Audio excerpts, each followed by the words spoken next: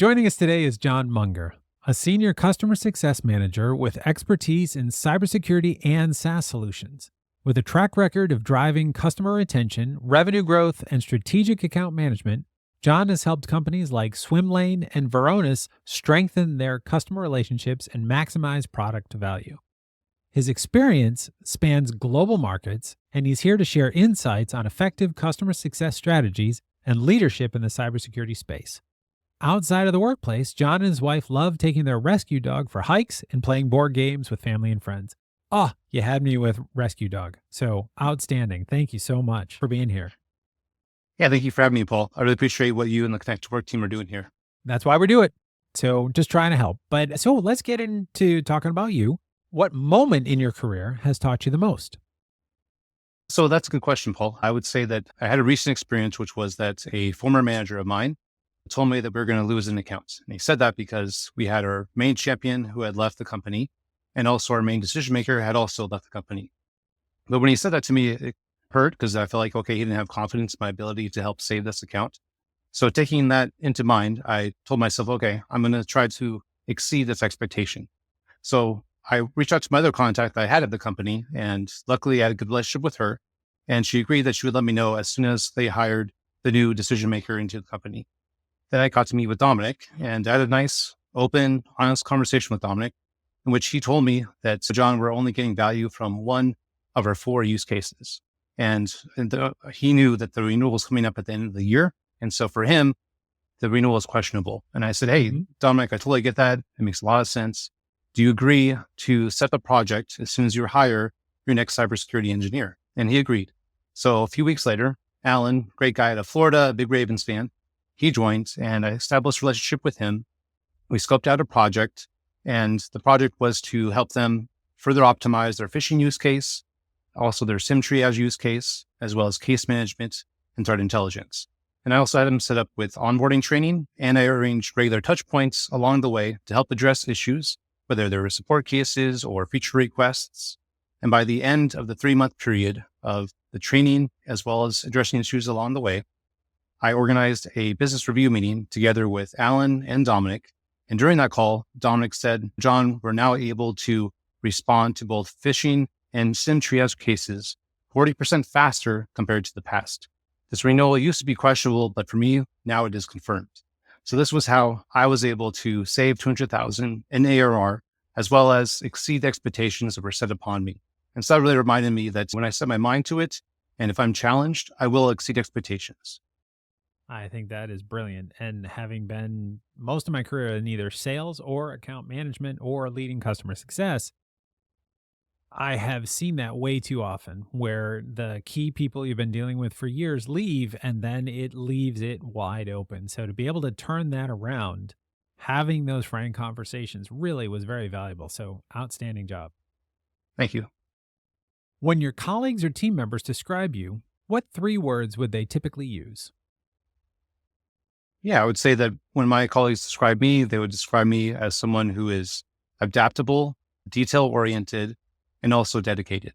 And I'd say adaptable because I've worked in various industries, from education to nonprofit organizations to HR SaaS, as well as cybersecurity. And each one, I was able to learn the technologies quickly and adapt to the new organization and the new field I was in.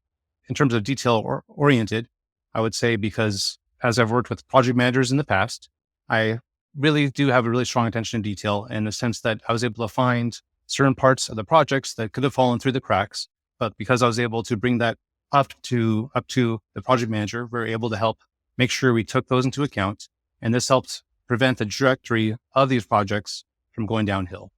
The third part is about being dedicated. And so I say that I'm fully dedicated because when I'm into something, I'm 110% committed. So whether it's staying with customer calls through the weekends to make sure that we resolve urgent issues, or whether it's trying to creatively problem solve problems that you don't always see all the time, I am 110% committed to helping to solve problems for my customers. Outstanding. Any organization would be pretty happy to have those 3, that's for sure. Outside of your professional achievements, what passion project or personal interest has taught you skills that make you better at what you do? This is a fun one. So actually, I organized and created the very first recreational dodgeball league in Phnom Penh, Cambodia. And that experience taught me a lot. I ran it for 7 years and it still actually runs today. I organized regular tournaments, and those tournaments were great experiences because it taught me a lot about project management, because I had to work with three main different types of people. I had the paying players, I had the sponsors for these tournaments, and also I had the volunteers. And so by working with these three different levels of groups of people, this allowed me to understand what the personas we're working with and understand what they want to get out of it. And another part of it was really building memorable experiences. So I actually still have people today that reach out to me and reminisce about the tournaments that we created together with my volunteers and myself and how it still impacts them today. That's outstanding. You kind of buried the lead there on where this happened, but really interesting, really interesting. Can you tell me about a mentor? Yeah, I had a mentor. She was Maud. She was one of my former managers, and she was a great leader, and she taught me a lot. Three things I'll tell you that she taught me. First one was understanding how to customize your communication based on the personalities you're working with. So that really helped me understand better in terms of working with different stakeholders, whether it's fundraising or whether it's sales or doing an upsell. You really need to understand who you're speaking to and what's going to resonate with them. Secondly, another important lesson she taught me was that the person who asks the question has the power. Meaning that the person who asks the question, they get to direct where the conversation is going to go. And so you can be very strategic with the questions you ask in order to get to your result or endpoint that you're trying to achieve. And the last lesson that she taught me, which I found to be very important and helpful, was those who dare win.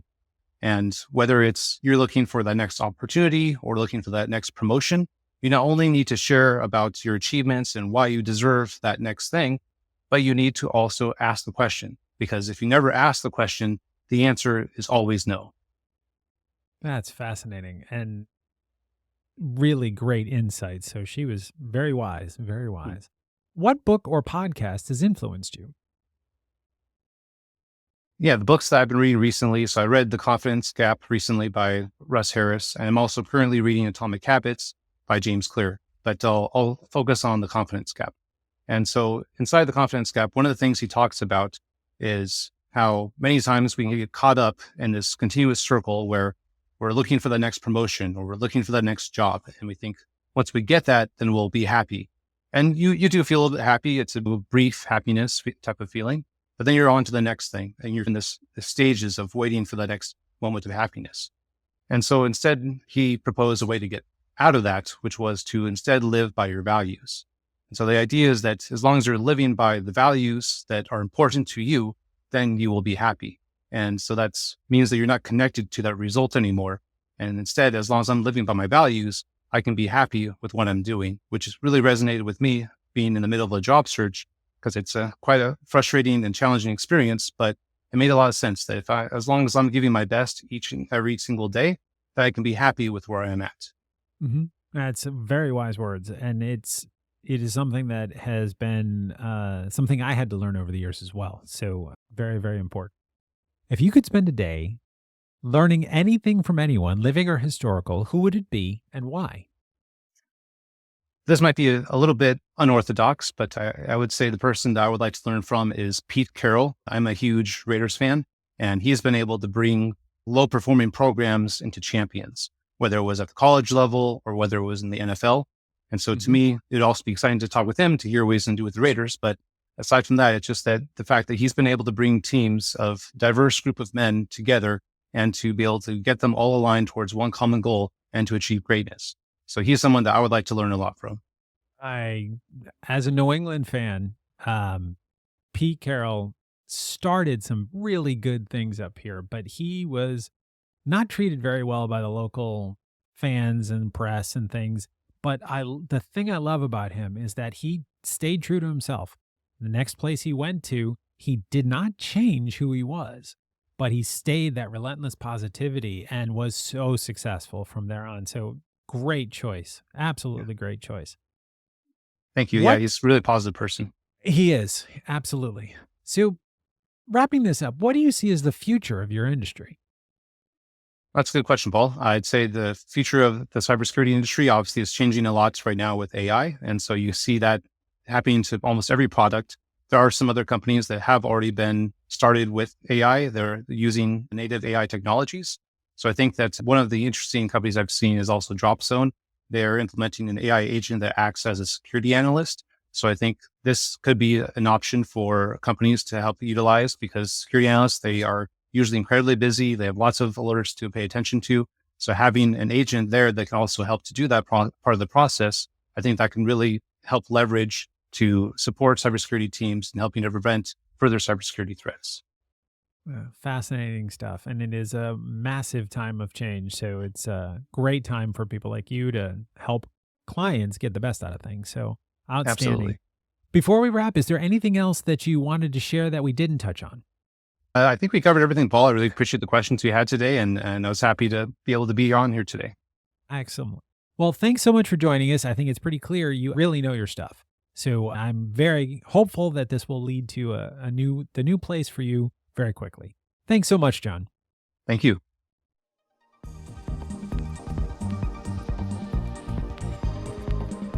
MTMG, guidance that empowers.